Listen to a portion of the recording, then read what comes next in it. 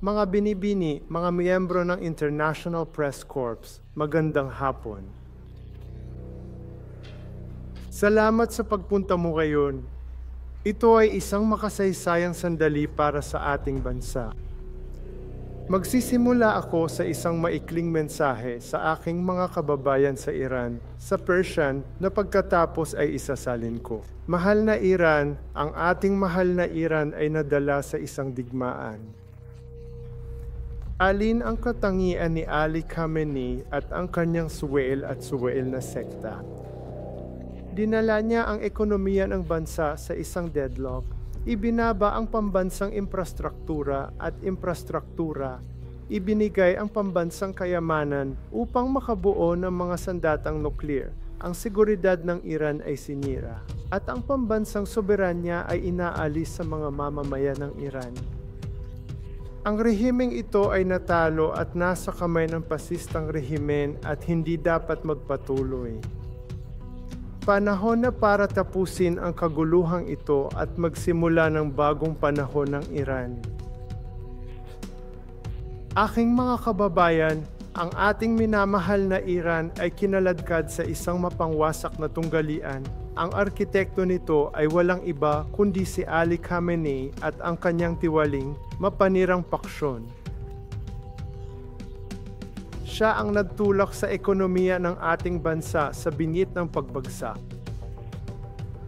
Ninakawan ang ating pambansang infrastruktura at mga mapagkukunan, nilustay ang yaman ng bansa sa pagbuo ng mga sandatang nuklear, sinira ang seguridad ng Iran, at ninakaw ang soberanya ng mga mamamayang Iran. Ang rehimeng ito ay natalo ng gigilid sa gilid ng pagbagsak at hindi dapat hayaang magpatuloy. Dumating na ang oras upang wakasan ang pagkawasak na ito at simulan ang isang bagong panahon para sa Iran. Ito ay isang bagong bukang liwayway para sa leon at anak ng Iran.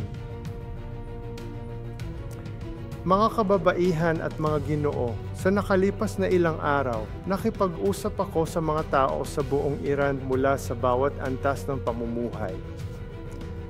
Isang opisyal sa sandatahang lakas, isang ina na tumakas sa Tehran, isang factory worker mula sa Tabriz, isang dalagang aktivista para sa Women's Life Freedom Movement.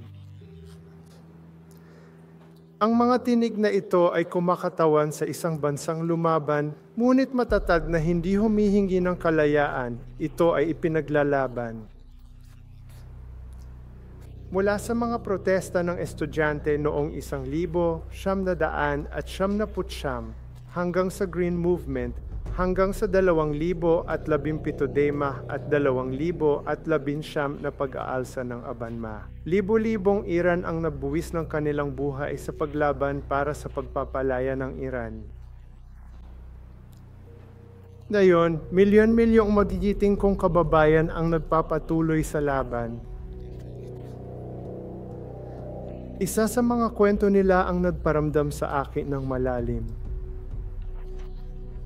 Noong Setyembre 2022, pinatay si Jawad Haidari na nagpoprotesta sa pagpatay ng Islamic Republic kay Mahsa Amini. Ipinagpatuloy ng kanyang ate ang kanyang laban. Isa siya sa daan-daang aktivista na inaresto at hinaras ng rehimen nitong mga nakaraang araw. Nang salakayin siya ng mga puwersang pansiguridad, sumigaw siya, "O Diyos, saan kami pupunta? Saan kami pupunta upang tumakas mula sa iyong paniniil?" Isa-isang tumugon sa kanya ang mga kapitbahay niya, "We're not going anywhere." Sila, ibig sabihin, ang rehimen ang kailangang umalis.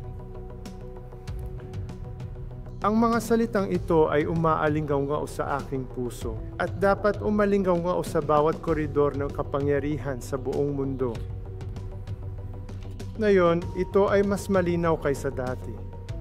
Ang Islamic Republic ay gumuho. Ang mga mapagkakatiwalaang ulat ay nagpapahiwatig na ang pamilya ni Ali Khamenei at ang pamilya ng mga matataas na opisyal ng rehimen ay gumagawa ng mga paghahanda upang tumakas sa Iran. Ang rehimen ay nasa huling bahagi nito sa mga bayan at lungsod sa buong bansa. Ang militar ay balik. Nagkakaisa ang mga tao.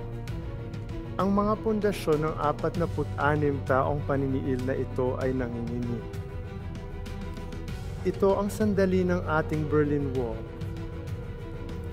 Ngunit tulad ng lahat ng mga sandali ng malaking pagbabago, ito ay puno ng panganib.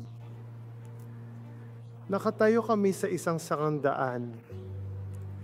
Ang isang daan ay humahantong sa pagdanak ng dugo at kaguluhan, ang isa naman sa isang mapayapa at demokratikong transisyon. Ang pagkakaiba sa dalawang kalsadang ito ay nakasalalay sa isang salik, at sa isang salik lamang kung ang kasalukuyang rehimen sa Iran ay pinapayagang mabuhay.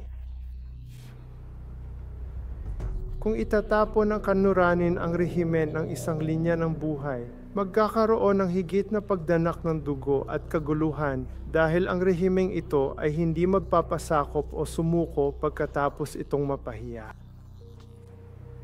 Maghahampas ito.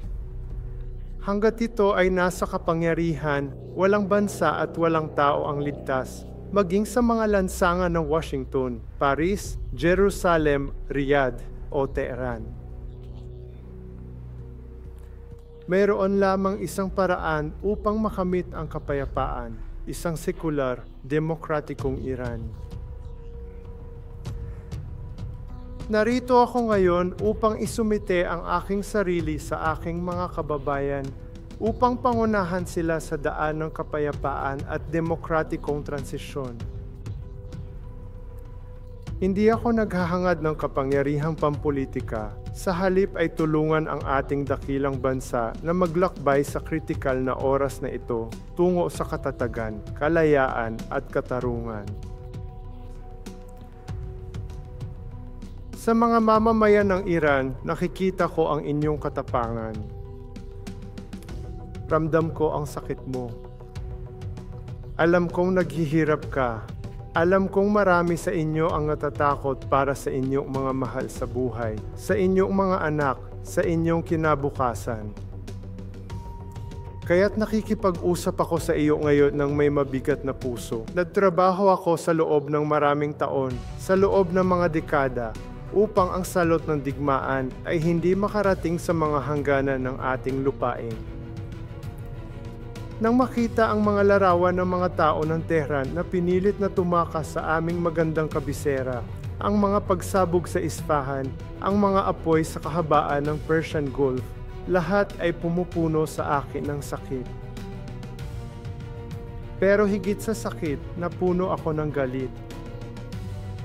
Dahil ang digmaang ito ay bunga ng pagiging makasarili, puot at takot ng isang tao, si Ali Khamenei.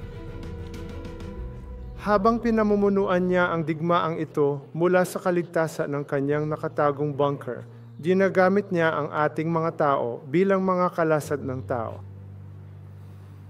Oras na para wakasan ang paghihirap. Kaya ngayon, mayroon akong direktang mensahe para kay Ali Khamenei. Bumaba at kung gagawin mo, makakatanggap ka ng isang patas na paglilitis at angkop na proseso ng batas na higit pa sa naibigay mo sa alinmang Iran. Sa iba pang matataas na opisyal ng rehimen, sa inyo na ang mga kamay ay nadumihan ng dugo ng mga mamamayang Iran, kayo rin ay kailangang harapin ang hustisya. Ngunit hindi natin ulitin ang mga pagkakamali. Sa iba pang mga bigong transition. Sa inyo na tapat sa bansang Iran at hindi sa Islamic Republic, may hinaharap para sa inyo sa isang demokratikong Iran. Kung sasali ka sa mga tao ngayon, nasa iyo ang pagpili.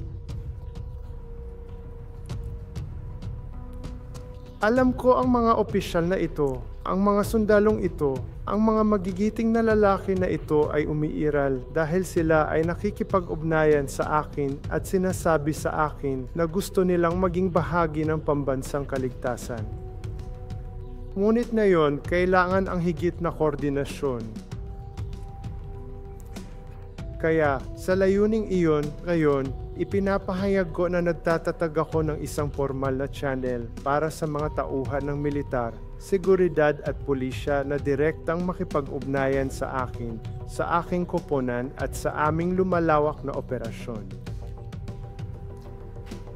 Ito ay isang secure na platform upang mahusay na pamahalaan ang lumalaking dami ng mga papasok na komunikasyon at mga kahilingan mula sa mga lumalabag sa rehimen at naghahangad na sumali sa aming kilusan. Para sa mga makabayang miyembro ng ating sandatahang lakas, panahon na para sumapi sa bansa. Kung gagawin mo, sisiguraduhin kong ang iyong serbisyo sa Iran ay hindi malilimutan at ipinagdiriwang.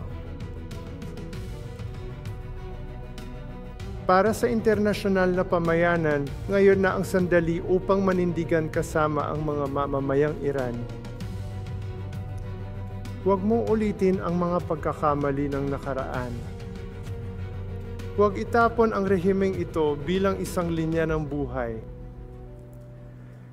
May karapatan kang mag-alala tungkol sa pagpapahinto ng mga sandatang nuklear at pag-secure ng katatagan ng rehiyon.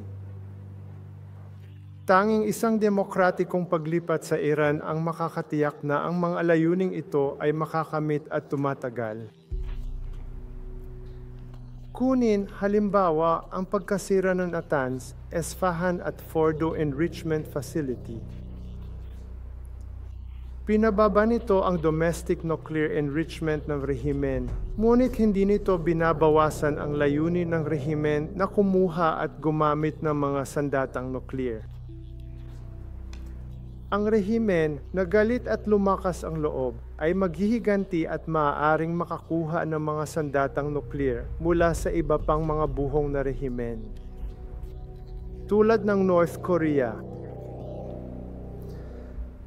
Ang pagsira sa mga pasilidad ng nuklear ng rehimen lamang ay hindi maghahatid ng kapayapaan, ngunit ang landas na iniaalok ko ay maaari. Kaya't makipagtulungan sa amin upang matiyak ang isang mapayapang paglipat. Hindi ngayon ang oras para mag-alinlangan. Ngayon na ang panahon para sa may prinsipyong pagkilos mula sa bawat isa sa atin. 46 taon na ang nakalilipas nang ang aking yumaong ama at ang aming pamilya ay napilitang umalis sa Iran, nanumpa ako sa Diyos at sa aking bansa. Hindi ko tatalikuran ang Iran o ang mga taong Iran.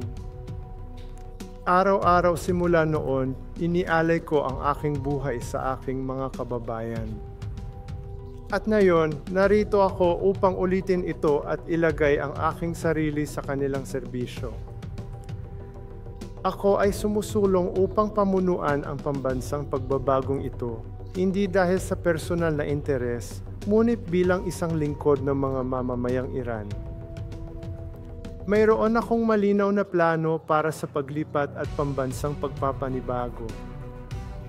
Ang ating transisyon at demokrasya sa hinaharap ay ibabatay sa tatlong pangunahing prinsipyong ito. Ang integridad ng teritoryo ng Iran, mga individual na kalayaan at pagkakapantay-pantay ng lahat ng mamamayan, paghihiwalay ng relihiyon at estado. Ang huling anyo ng hinaharap na demokrasyang ito na hinahangad natin ay para sa mga taong Iran na magpasya sa isang pambansang referendum. Ang iniaalok ko ay hindi lamang isang pangitain para sa kinabukasan ng ating bansa, kundi ang planong magsagawa ng isang mapayapang, maayos na paglipat. Upang makamit iyon, ngayon ay inaanunsyo ko ang mga sumusunod na paunang hakbang. Una, magpapatawag ako ng National Unity Summit. Kasama sa pagtitipon na ito ang mga aktivista, dissidents at grupo mula sa iba't ibang ideological spectrum na sumasang-ayon sa tatlong prinsipyong ito. Hindi ako magiging limitado. Ito ay hindi limitado sa mga grupong pampolitika, ngunit sa mga pinuno ng negosyo, profesional, eksperto, at iba pang grupo na may impluensya sa lipunan ng Iran. Ang layunin ng summit na ito ay magkasundo sa isang roadmap para sa demokratikong transisyon at muling pagtatayo. Pangalawa, kaayon ng demokratikong proseso, gumagawa ako ng planong pang-ekonomiya para muling itayo ang Iran. Inilunsad na natin ang Iran Prosperity Project, isang komprehensibong plano para sa muling pagtatayo ng ekonomiya at pagpapatatag ng lipunan ng ating bansa sa tatlong yugto.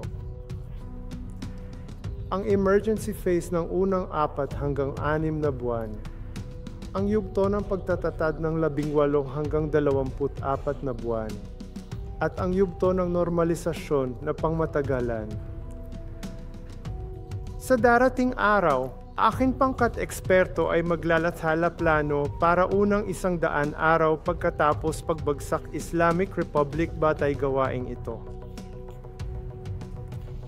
Pinagsasama-sama namin ang ilan sa pinakamahuhusay na mamumuhunan, tagabuo, negosyante at eksperto sa mundo na nagmamalasakit sa Iran at nakikita ang napakalaking potensyal nito. Handa silang ilagay ang kadalubhasaan, talento at kapital para muling itayo ang ating bansa at gawing isa sa mga pinakakaakit-akit na merkado sa mundo. Isipin ang bagong Iran na ito, isang malaya at demokratikong Iran na namumuhay ng payapa sa ating mga kapitbahay, isang makina ng paglago at pagkakataon sa rehiyon, isang biyako ng kultura, pagbabago at pagmamalaki sa mundo. Ito ay abot kamay natin. Kami ay mapagmataas, sinaunang tao, matatag na tao. Ang gawain sa harap natin ngayon ng Iran ay hindi bababa sa mga kinakaharap ng mga dakilang pinuno, ang mga dakilang tagapag-isa, ang mga dakilang tagabuo ng ating kasaysayan, tulad ni Cyrus ang dakila. Sa pagsisimula natin sa mga huling hakbang ng landas na ito, tungo sa pambansang muling pagbabangon, tungo sa pagpapalaya, tungo sa kapayapaan, patuloy tayong binibigyang inspirasyon niya. Sa aking mga kababayan, ito ang ating sandali. Kasama mo ako. Sama-sama nating buuin ang bagong Iran na ito. Salamat po. Salamat po.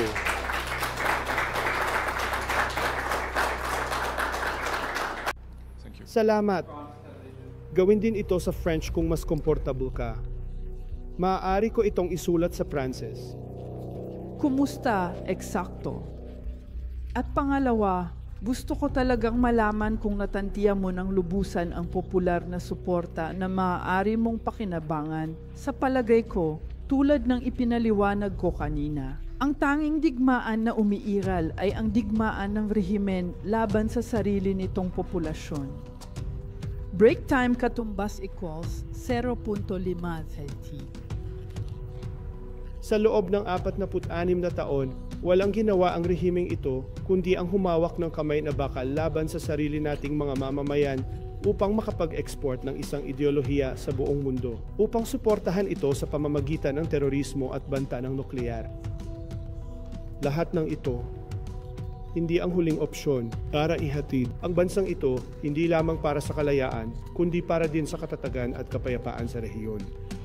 Ngayon, nakikita natin na ang mga bansang napilitang mag-react laban sa banta ng bansang ito ay kailangang gumawa ng mga kinakailangang hakbang. Ngunit nakikita natin na ang mga target ay hindi tumatama sa mga tao o pambansang interes. Ngunit lahat iyon ay mga instrumento ng pagbabanta o panunupil ng rehimen, lalo na ngayon. Ang site na sinaktan ng Basige na tulad ng alam mo, isa sa mga elemento na palaging ginagamit ng rehimen para sa panloob na panunupil, pati na rin ang isa sa mga istruktura ng Revolutionary Guard sa Tehran bilang isang paraan din ng panunupil. Ang tarangkahan ng Evin Prison tulad ng alam mo kung saan nakakulong ang karamihan sa ating mga bilanggong politikal. Ang lahat ng ito ay nagpapakita na layunin nitong pahinain ang rehimen. At ang pambansang interpretasyon, ito ay hindi isang digmaan laban sa mga tao, ngunit ito ay isang digmaan laban sa rehimen na kung saan ay ang aming mga kaaway pagkatapos ng lahat. At kaya, sa tingin ko ang mga Iranian ay hindi nakakaramdam ng pananakot. Para bang ito ay isang pag-atake, tulad noong mga araw ni Saddam Hussein, nang ang Iran ay nakipagdigma sa bansang ito. Ngunit ang katotohanan muli itong elementong nagbabalanse ng pagkakataong makapag-react ang mga tao. Dahil lahat ng mga kilusang ito na mayroon tayo, kasama ang kilusang babae, buhay, kalayaan. Matapos ang pagpaslang kay Mahaso Amini, isa sa mga kinatatakutan ay kung paano tayo, sa kabila ng isang tiyak na yugto, ay talagang babangon laban sa mapanupil na rehimeng ito. Kapag nakita nila ang lahat ng mapaniil na elemento ng rehimen at kasabay nito, ang mga rehimeng nagsisimula ng bumagsak, ito ay nagbibigay sa kanila ng pag-asa, lakas ng loob, na sa wakas, pagkatapos ng lahat ng mga biktima, sa lahat ng mga sakripisyo, sa wakas ay magkakaroon tayo ng pagkakataon para sa huling pag-aalsa.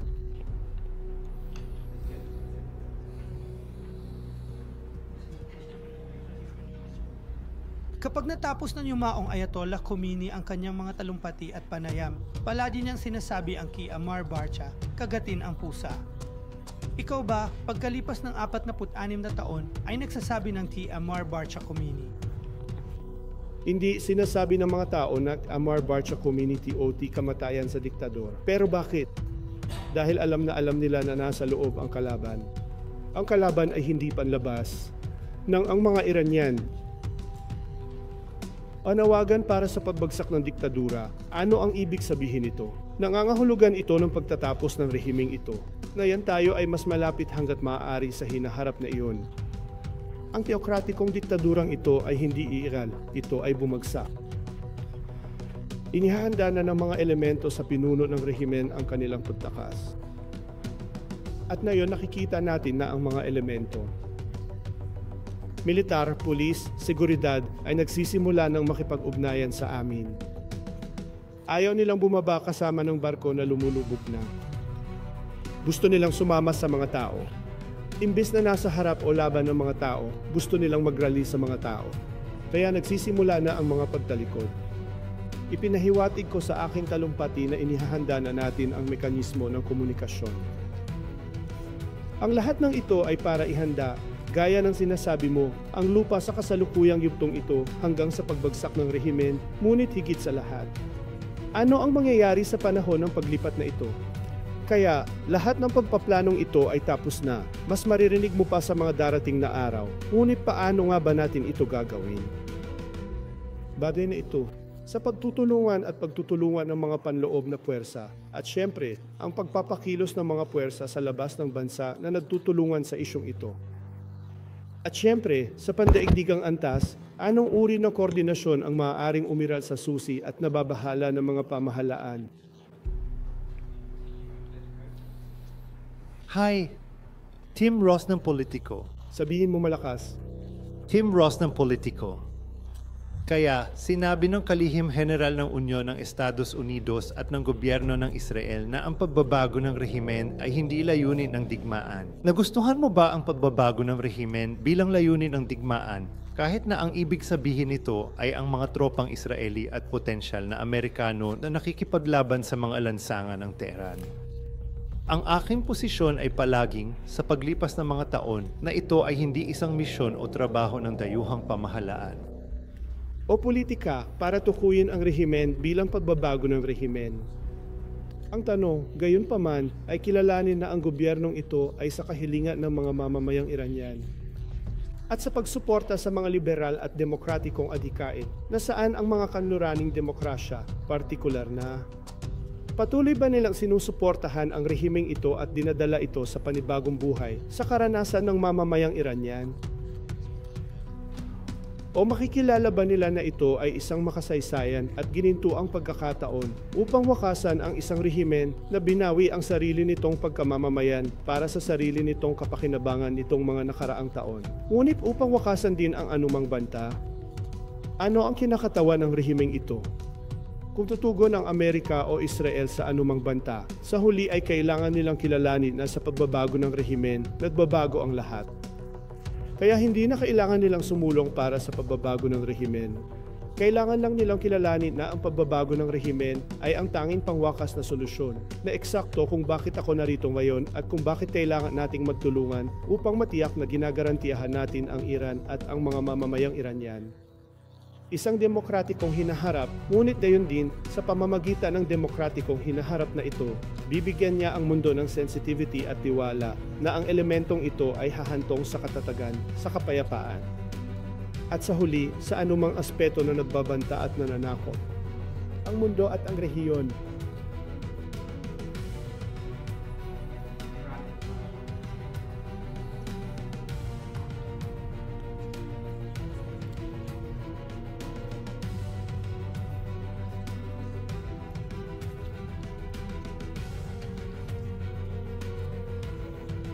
Ang unang tanong ay may kinalaman sa mga alalahanin ng ilan sa mga tao sa loob ng Iran.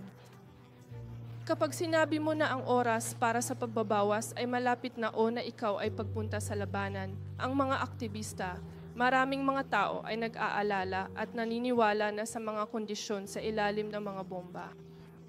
At kahit isang paraan upang ihayag ang pag-ataking nangyayari, hindi katulad ng Israel, tama ba ang kahilingang para bagay o hindi? At katunayan, ang grupo tulad ng kaliwang grupo ay nagtatanong ng ganyan na may katanungan mula di. Sa paksang ito, gusto kong, kung maaari, ipaliwanag sa iyo. Ang sumunod na tanong ay tungkol sa mga aktibidad na iyong inanunsyo ngayon. Halimbawa, ang pagbuo ng mga channel para sa mga taong gustong i-welcome ang kanilang sarili doon o ang paglitaw ng Meli State na sinabi mo. Ano ang mga bagay na nagsimula hanggang sa puntong ito? Gaano katagal upang magawa sa anumang kaso? At iyon ba sa mga pamahalaan o kinatawan ng kanluran? Ang mga bansang Europeo at kanluranin para sa mga programang iyong inorganisa upang matulungan ang mga tao ng Iran at para sa mga pahayag na iyong ginawa upang hindi magkaroon ng anumang takot sa paglaban ng Islamic Republic o hindi magkaroon ng anumang takot sa paglaban ng Islamic Republic.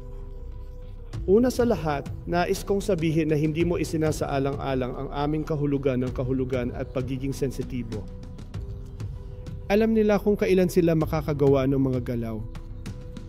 At syempre, sa mga kondisyon kung saan may reaksyon mula sa Estado, hindi ito ang pinakamagandang pagkakataon para sa gawain ito, ngunit may oras. Ang tiyak na sinabi nila ay hindi nila nakikita ang mga dahilan kung bakit nila inalis ang Estado. At nakakatulong iyon na matiyak na magkakaroon ng pagkakataon para sa kanilang pagkatapos ng kampanya. Tungkol sa kung ano ang iyong ipinahiwatig, syempre, sa mga darating na araw na maihigit pang mga bagay ang pagpaplano ng mga aksyon at ang mga programa na nasa isip namin ay magiging mas kapakipakinabang para sa media at para sa pampublikong pag-iisip. At sa pangkalahatan, ipinagpapatuloy natin itong programang muling halalan sa halip na ang ipinahiwatig natin ngayon sa ating mga talumpati. At sa wakas, tungkol sa internasyonal na lipunan, sa palagay ko nitong mga nakaraang linggo, salamat. Tiyak na nakita ng mga estudyante at maging ng mga lider ng negosyo na hindi nakakita ng anumang pagbabago sa kasalukuyang rehimeng ito na patuloy na lumalala ang sitwasyon na nagdudulot ng malaking pagkabahala sa marami. At ito ay hindi lamang isang katanungan kung ano ang sistema, ang pagsali dito o ang pagkakaisa nito. Ngunit ang sistema ay nababagabag at dapat nating isipin kung ano ang mangyayari pagkatapos ng sistemang ito. At ito rin ay isang katanungan ng pag-aalala at pag-aalala na mas direktang naugnay sa aking sarili, sa aking kupunan at sa ibang mga tao. At sa tingin ko ito ay mas para sa aming mga kasamahan. Sa loob na, sa wakas, ay hindi lamang higit ang kanyang tunog na dumating tayo ngayon. Na sa paanong paraan matutulungan ng mga globalista ang mga tao ng Iran at humingi ng tulong sa kanila Ngunit ang pananaw na ito ay hindi gaanong kapansin-pansin ngayon at ngayon ito ay mas kapansin-pansin, lalo na sa mga huling araw na ito.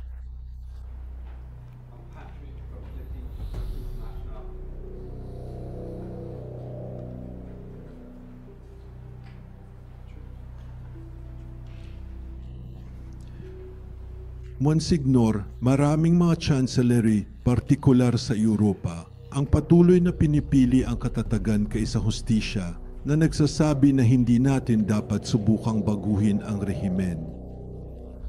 Paano mo ipapaliwanag ang pag-iingat na ito kung ang isa ay optimistiko sa mga tuntunin o ang kasiyahang ito kung gusto ng isa na maging mas matindi?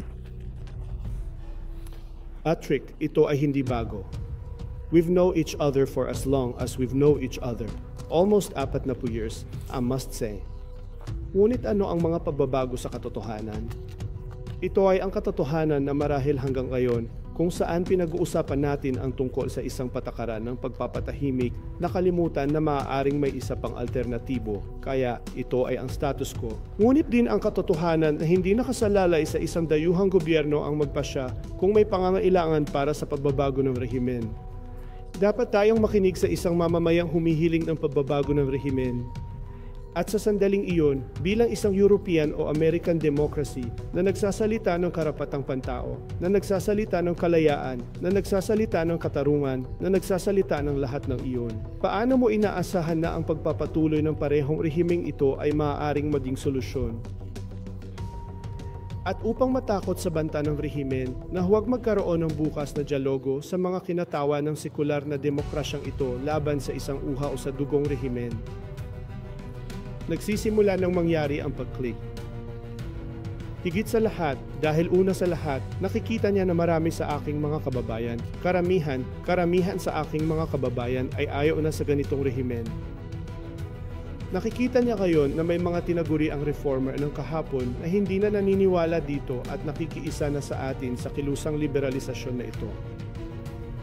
Ngunit ang katotohanan din na dahil handa na ang mga Iranian para sa pagbabagong ito ay isang simpleng pagpipilian na gagawin. Pinipigilan ba natin ang kanilang kahilingan o sinusuportahan natin ang kanilang kahilingan? Hindi isang patakarang dala ng isang dayuhang gobyerno para igiit ang pagbabago ng rehimen. Ngunit ito ay upang pumayag sa kahilingan ng isang taong gustong lumaya at gustong malaman kung kasama nila ang malayang mundo. O kaya, ito ay isang simpleng pagpipilian upang gawin.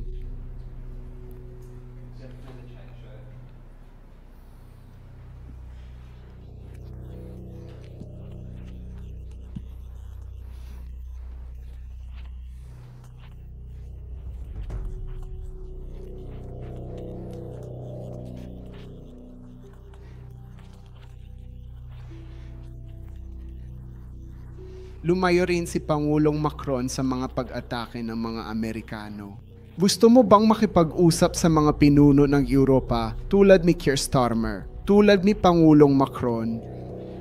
Ano ang sasabihin mo sa kanila? Umaasang makumbinsi sila na maniwala na kailangan ang pagbabago ng rehimen?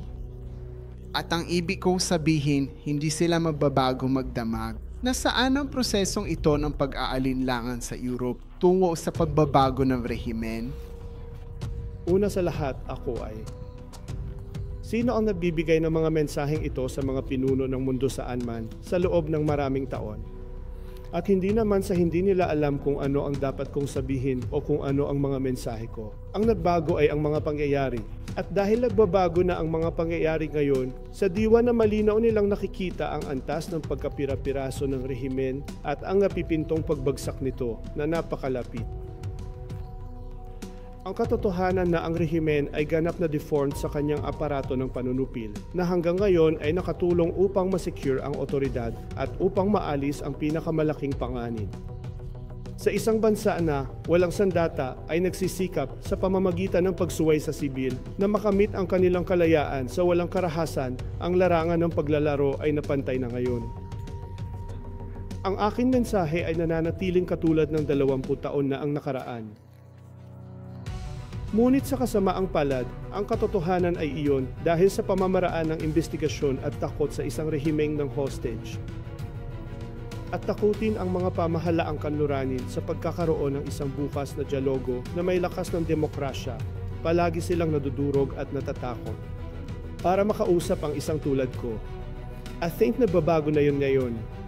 Sa palagay ko ay mayroon tayong higit na mga taon ng pagtanggap. Ang gusto kong gawin ay bigyan tayo ng pagkakataon na ilarawan ang mga mekanika ng pagbabagong ito upang maunawaan nila kung paano natin ito gustong gawin, kung ano ang iminumungkahi natin bilang instrumento, kung saan maaari nilang aktwal na mapadali ito o matulungan tayo. Ngunit ito ay higit pa sa isang talakayan tungkol sa proseso. Ngayon, sa pagsasalita, nais kong ituro ang ilang mga isyu na kinakailangan kung saan matutulungan tayo kaagad ng mundo. Wala itong kinalaman sa patakaran ng pagbabago ng rehimen at lahat ng iyon kailangan niyang gawin sa pagpapalakas ng isang bansang maghahangad ng kalayaan.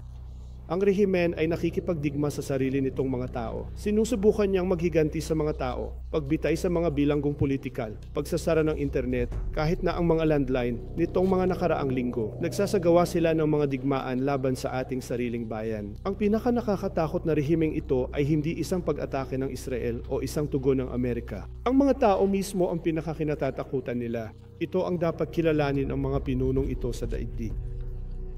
Ito ang mga taong gustong makasama mo sa malayang mundo at ang tanging hadlang sa pagitan nila at ng malayang mundo. Daya't ba ito? Kaya huwag matakot sa banta ng rehimen. Maniwala sa isang bansang nagnanais ng mapayapang relasyon sa kapitbahayan. Hindi sila nakikipagdigma sa Israel, hindi sila nakikipagdigma sa mga Arabo, hindi sila nakikipagdigma sa Amerika. Ang rehimen ay isang rehimen na umawit ng kamatayan sa Israel at kamatayan sa Amerika sa loob ng 46 na taon. Sinasabi ng mga Iranian na gusto nilang maging kaibigan sa mundo. Gusto naming magkaroon ng matalik na relasyon. Nasa iyo, mga pinuno ng mundo, na kilalanin ang potensyal na ito upang maniwala sa mga intensyon ng mga mamamayang Iranian. At iyon ang magiging pagkakaiba. Sa pagkakataong ito, manatili sa tamang landas ng kasaysayan. May pagkakataon ka ngayon. Ang pinakamasamang bagay na maaaring mangyari ay ang rehimeng ito ay patuloy na umiral. Papunta na siya. Kailangan lang nating gawing mas madali at mas mabilis ang proseso. Wala nang pinsalang maaaring gawin, hindi lamang sa bansang Iranian, kundi sa lahat ng maaaring makapinsala, hanggat ang rehimeng ito ay patuloy na nabubuhay. Meron tayong pagkakataong ito ang agenda. Hindi lamang para maalis ang rehimeng ito, kundi para malaman din na mayroong plano sa paglipat. Ito ay hindi kaguluhan, ito ay hindi isang hindi kilalang kinalabasan, ngunit para mangyari iyon kailangan nating makapag-coordinate. Hindi ko na iniisip ang tanong kung malalaman ko ba o hindi. O kung magkakaroon, ngunit paano natin matitiyak na ito ay isang matagumpay na paglipat. At syempre, kailangan ng napakaseryosong talakayan kung paano ang bansang ito o ang bansang iyon sa isang paraan o iba pa ay magiging epektibo sa pagsuporta sa ating layunin at, sa gayon, ginagarantiyahan ang ating tagumpay na isang panalo-panalo sa pagtatapos ng araw.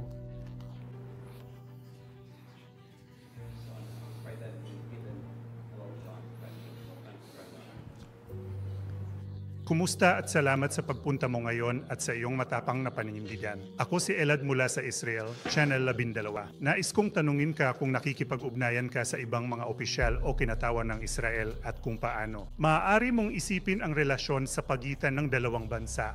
Ang araw pagkatapos ng pagbabago ng rehimen, binanggit mo rin ang ilan sa mga naunang inaasahan para sa pagkakaroon ng sibil na paghatol upang sirain ang rehimen na insucessor. Ano ang nagbibigay sa iyo ng pag-asa na ang oras na ito ay magiging iba? Salamat po. Una, ang aking pangkat ay nakipag-ugnayan sa mga kinatawa ng iba't ibang pamahalaan. Tulad ng alam mo, 2 taon na ang nakalilipas na dalakbay ako sa Israel at nakipagkita sa matataas na antas ng mga pinuno. May malinaw na pag-unawa sa pangitain at kung ano ang maaaring maging hinaharap ng ibang Iran. At kung paano ito maaaring gumanap sa kung ano ang maaaring, hindi tulad ng rehimeng ito ang kinabukasan ng ating rehiyon. Nabanggit ko ang katotohanan na mayroon tayong Abraham Accords na sinabotahe ng rehimen.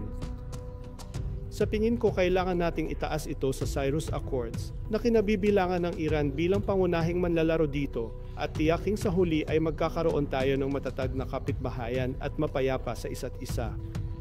Iyon ang pangitain at sa tingin ko ito ay isang mensahe na napakahusay na umalinggaw, hindi bababa sa rehiyon. Pero tama ka, iba na ba sa pagkakataong ito? Ito ay naiiba sa kahulugan na, tulad ng nabanggit ko kanina, marami na tayong pagsubok sa Iran, hindi bababa sa huling dekada. Ang huli ay, siyempre, ang kalayaan ng kababaihan sa paggalaw sa buhay. Ang lahat ng matatapang na kaluluwa na nawala sa proseso ay hindi kailangang magkaroon ng garantiya ng tagumpay bago magsimula. Matatag pa rin sila. Patuloy silang lalaban. Ngunit ano ang kakaiba sa oras na ito? Sa pagkakataong ito, nakikita nila na ang instrumento ng panunupil at terorismo ng rehimen ay nawasa, na neutralize. Naiintindihan nila na ito ay hindi isang digmaan laban sa kanila, ngunit laban sa rehimen mismo. Sa katunayan, tinutulungan niya ang mga Iranian sa pamamagitan ng pag-neutralize sa instrumento ng rehimen na hanggang ngayon ay kaliwat kanan ang pumatay sa ating magigiting na kababayan sa lahat ng kilusang ito. At sa pagkakataong ito, sinasabi ng mga tao sa Iran na baka may pagkakataon tayo. Tignan mo, maraming beses na nating napanood ang kwento at effect and effects naman, di ba? Ngunit sa wakas, bumagsak ang waloon, na-trigger ang Unyong Soviet. Sa wakas ay nagkaroon na ng pagkakataon ang mga disidente sa mga bansang ito. Sigurado akong hindi ito magagawa ni Nelson Mandela o Lech Walesa sa isang punto ng walang antas ng pagkakaisa, hindi lamang bilang isang kilusang paggawa sa Poland, ngunit pagkakaisa sa kahulugan ng mundo na dumarating sa kanilang mga sistema. At ang mga Iranian ay hindi humihiling sa sinuman na gawin ang trabaho para sa kanila. Sabi nila, mas mura daw para magtagumpay tayo kung sa pagkakataong ito kasama ka namin, hindi tulad ng ipagpatuloy ang patakaran ng pagpapatahimik at isulong ang rehimeng ito. Dahil ano ang gagawin ng rehimen sa rehimeng ito? Ito ay gagaling, ito ay maghihiganti, ito ay sinusubukan na gawin ito. Kaya, para sa kapakanan ng Iran at para sa kapakanan ng mundo, mayroon tayong pagkakataong ito ngayon. Gagawin natin ang kailangan nating gawin bilang mga Iranian upang labanan ang laban na ito. Ngunit dapat isaalang-alang ng mundo na ang kahihinatnan ng pagbabagong ito ay magwawakas sa lahat ng mga banta na idinulot ng rehimeng ito, maging ito man ay ang banta ng nuklear, terorismo o ang paglaganap ng radikal na ideolohiya at ang malaking epekto sa Europa na nakikita natin sa maraming bansa at lahat ng ito ay maaaring baliktarin.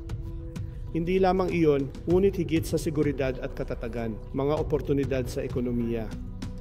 Paano makikinabang dito ang mga Iranian? Paano makikinabang dito ang mundo? Dahil wala ka na sa diet. Ito ay isang tiwaling sistema tulad ng mafia na kumukuha ng ating pambansang mga mapagkukunan mula sa karanasan ng Iran upang gastusin ang mga ito sa mga programang nuklear o para suportahan ang mga proxy nito sa rehiyon. Kung pinag-uusapan natin ang tungkol sa isang pambansang pamahalaan, ito ay unang nababahala sa kaunlaran ng sarili nitong bansa sa pamamagitan ng paglikha ng lahat ng mga pagkakataon, ngunit din upang sabihin sa mundo, ang Iran ay isang hindi kapanipaniwala tulad ng sinabi ko sa aking talumpati, isang malaking potensyal para sa pamumuhunan at pag-unlad at ito rin ay isang interes ng mundo. Ngunit hindi ka na nakikitungo sa isang tiwaling mafia, nakikipag-ugnayan ka sa isang bansa na alinsunod sa lahat ng mga patakaran at regulasyon at mga prinsipyo ng karaniwang kasanayan sa negosyo. At ito at iyon ang nagbabago sa lahat. Sa tingin ko iyon ang kailangang pagtuunan ng pansin ng mundo ngayon. Paano natin matitiyak na ito ang sukdulang bagay? Kaya may trabaho tayong dapat gawin. Sa pamamagitan ng mga pag-uusap na ito at pagtatrabaho ng higit pa sa kung ano ang kailangan nating gawin bilang mga Iranian, paano natin maikomunikasyon at maipapaliwanag sa mundo na ito ay kung paano mo kami matutulungan at sa mahabang panahon. Iyon ay medyo marami. Sa palagay ko, ang takbo ng aksyon na makikita natin sa mga darating na buwan at syempre, marami pa tayong dapat ipaliwanag sa inyong lahat. Ngunit narito tayo sa puntong ito. Salamat, hindi ko maintindihan ang unang tanong. Maaari ba nating makita na naglalagay ito ng bomba o kahit isang built-in na nuclear armor? Kaya, ang tanong ko ay, gaano kalaki ang banta ng rehimeng Iranian ngayon sa kasalukuyang estado nito? Maaari ba nating makita siyang na-deploy ng bomba o kahit isang nuclear armor na binuo? Kung tungkol sa umiiral na infrastruktura na mayroon ang rehimen, malinaw na naalis na ito o nilinis. Pero gaya ng ipinaliwanag ko sa aking talumpati, dahil ang natamaan mo na ang pangunahing development o enrichment areas, hindi ibig sabihin na bukas na ang nuclear threat. Tulad ng sinabi ko, maaari silang pumunta at bumili ng mga New Korean, halimbawa. Ang punto ay ang daliri sa pagniniting ay sa huli ang banta. Na hanggat nagpapatuloy ang rehimeng ito, hindi tayo dapat mahulog sa maling saligan. Na dahil nahawakan o na-neutralize natin ang mga nuclear enrichment plants o kung ano man ang meron, open ang threat. Para sa isang sandali, maaaring ito ay. Saglit, maaaring naantala nila ito. Ngunit hanggat ang rehimeng ito ay patuloy na umiiral, tulad ng isang masamang walang laman, ito ay patuloy na tumataas sa iyong silid. Kailangan nating tiyakin na ito ay ganap na maalis. Ito ang tunay na garantiya. Kaya nga, ngayong mayroon na tayong ganitong pagkakataon, ngayong grabe na ang rehimen. Sino ang lubhang nabubulok kung tawagin ko nga? Kaya't kapag ang pangunahing instrumento ng panunupil, kontrol at pagmamatsyag, o kung ano pa man ang ginagamit ng totalitarian na rehimen laban sa sarili nitong pagkamamamayan at bilang banta sa mundo na lampas sa pagbagsak, ay kinikilala na ito ay isang magandang lugar dahil lagi kong sinasabi na hindi tayo dapat tumalon sa konklusyon na dahil nabigo ang diplomasya, dapat tayong makisali sa tunggalian. Lagi kong sinasabi sa sarili ko, over all these years, baby not. Ang pangatlong paraan, ibig sabihin, ang mga Iranian ay ang iyong alternatibo. Hindi ka limitado sa pagsasabi na dahil hindi tayo makapagsalita sa kanila, kailangan nating pumunta at bombahin ang Diyos sa kanila. Isa itong pagkakataon para kilalanin ang napakahina ng rehimen. Gawin ito sa mga tao ng Iran. Ang pangwakas na garantiya ay ang mamuhunan sa kanila sa halip na umasa na sa pamamagitan ng mga negosasyon ay mapagtanto mo ang rehimeng nasa nito. Hindi lang maaaring komplikado sa iyong mga inaasahan. Kailangan nating mag-gravitate at magkaroon ng pagbabago ng pananaw at diskarte tungkol dito at iyon mismo ang nagsisimula akong makita. Nagsisimula akong makita ang higit pa at higit pa na ito ay nagmumula sa mga gobyerno na hanggang ngayon ay nag-aaway lamang sa status quo at sa wakas ay nag-isip na maaaring magbago ang mga bagay.